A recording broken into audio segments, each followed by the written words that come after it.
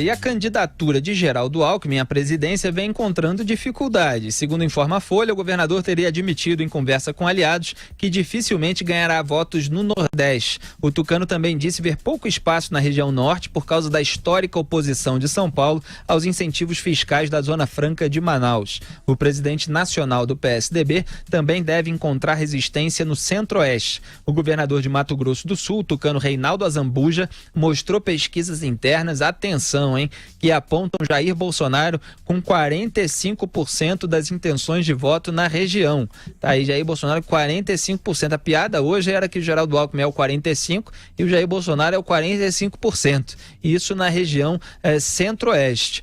A candidatura do Alckmin está cercada de dificuldades, né, Zé Maria? Tá difícil dele decolar nas pesquisas e dentro do próprio partido tem lá o fantasminha camarada João Dória, que está oficializado como pré-candidato ao governo de São Paulo, mas se o Alckmin não decolar nas pesquisas, até pelo menos, junho, pode ser que a coisa mude, né?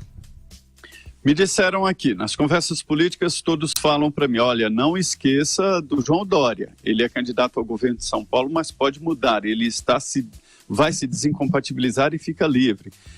Geraldo Alckmin, ele está numa fase agora que ele tem que fazer aí esse acerto partidário. Me disseram, gente, o Geraldo Alckmin que não vai, me disseram, olha, esta é uma fase agora de fazer os acertos e fazer as conversas de bastidor. E é isso que ele está fazendo. A gente não tem ideia do que está acontecendo aí nessas conversas. Mas com o lançamento da candidatura do Rodrigo Maia e do Michel Temer, dificulta muito a vida de Geraldo Alckmin, né, na tentativa de fechar com esses partidos. Agora eu posso te dizer com toda certeza, enfrenta dificuldade pesada no Norte e no Nordeste, sim, muito no Nordeste. Muita dificuldade no Nordeste. A situação ficou tão confusa que agora todo mundo quer ser candidato porque vê uma vaga de presidente da República em aberto. Não tem esse 45 do Bolsonaro também não, que não está certo não, porque a situação é muito confusa ainda. Mas existe a possibilidade do Bolsonaro sim emplacar e principalmente com a de um candidato que ganha o Nordeste.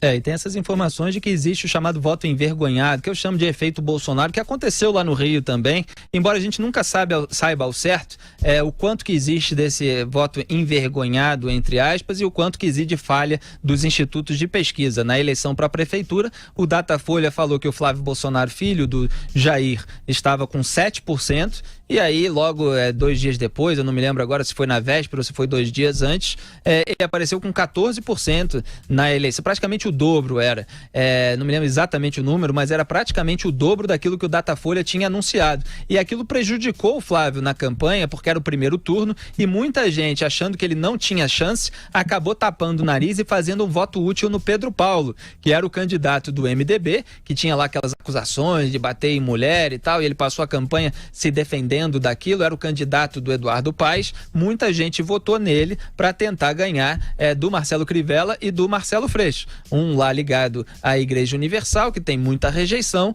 outro ligado ao PSOL, socialista, com todo aquele discurso de aumento do tamanho do Estado, o que gerou toda a crise no Brasil e que deu muitas brechas à corrupção. Então, se acredita também que possa haver esse efeito Bolsonaro na eleição nacional.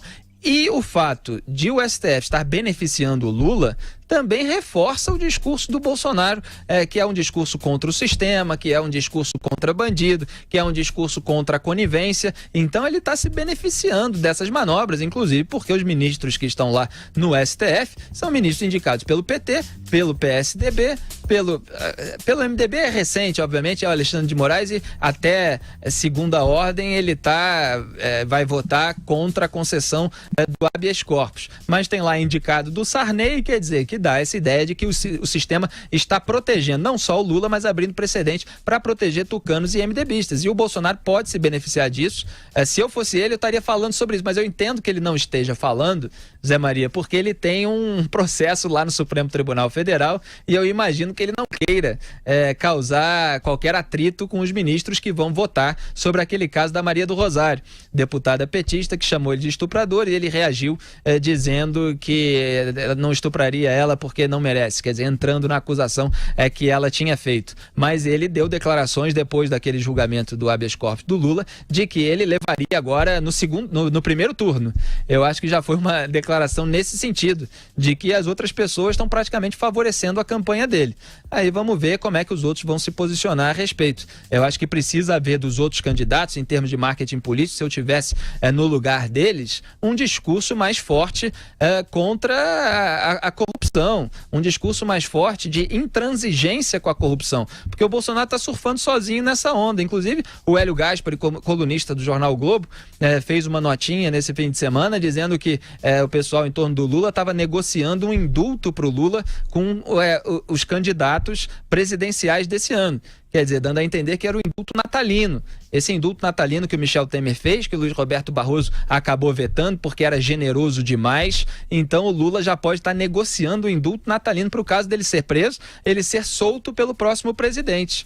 Eu estava até cobrando na internet, vem cá, os outros candidatos não vão falar a respeito disso, negar que estejam dispostos a dar um indulto ao Lula, senão o Bolsonaro fica sozinho. Aí o Álvaro Dias fez uma tuitada e falou que era surreal essa história de indulto ao Lula, que ele jamais debateria, discutiria essa esbórnia política. É preciso que os outros candidatos se posicionem também, né, Zé Maria? Isso é impossível, Felipe, isso é impossível. Isso não dá certo, o Supremo não deixa. Isso ficou muito claro agora nesse indulto, que não foi lá essas coisas de diferente, né, de todos os indultos, mas extrapolou sim e colocou no indulto pessoas condenadas por corrupção, né, na Lava Jato, e já no Supremo Tribunal Federal esse assunto será definido no plenário, porque por enquanto está sob liminar do ministro Barroso. Mas o certo é que isso é impossível. Eu considero isso impossível. Gente, nós temos que nos adequar à realidade. A realidade é essa. O Lula tem que parar de fazer campanha. O Lula já não pode mais andar pelo país. Pois é que a gente tem dificuldades de dizer que as coisas são impossíveis, porque são tantas manobras. Também ninguém imaginava que o STF fosse adiar o julgamento do habeas corpus e impedir a prisão até o julgamento. Então eles são capazes de tudo, manipulam a lei como eles quiserem e fica sempre o receio de que isso possa acontecer. Evidentemente, nesse caso de indulto natalino ao Lula, é difícil porque já tem uma decisão contrária do ministro Luiz Roberto Barroso. Felizmente, nesse caso,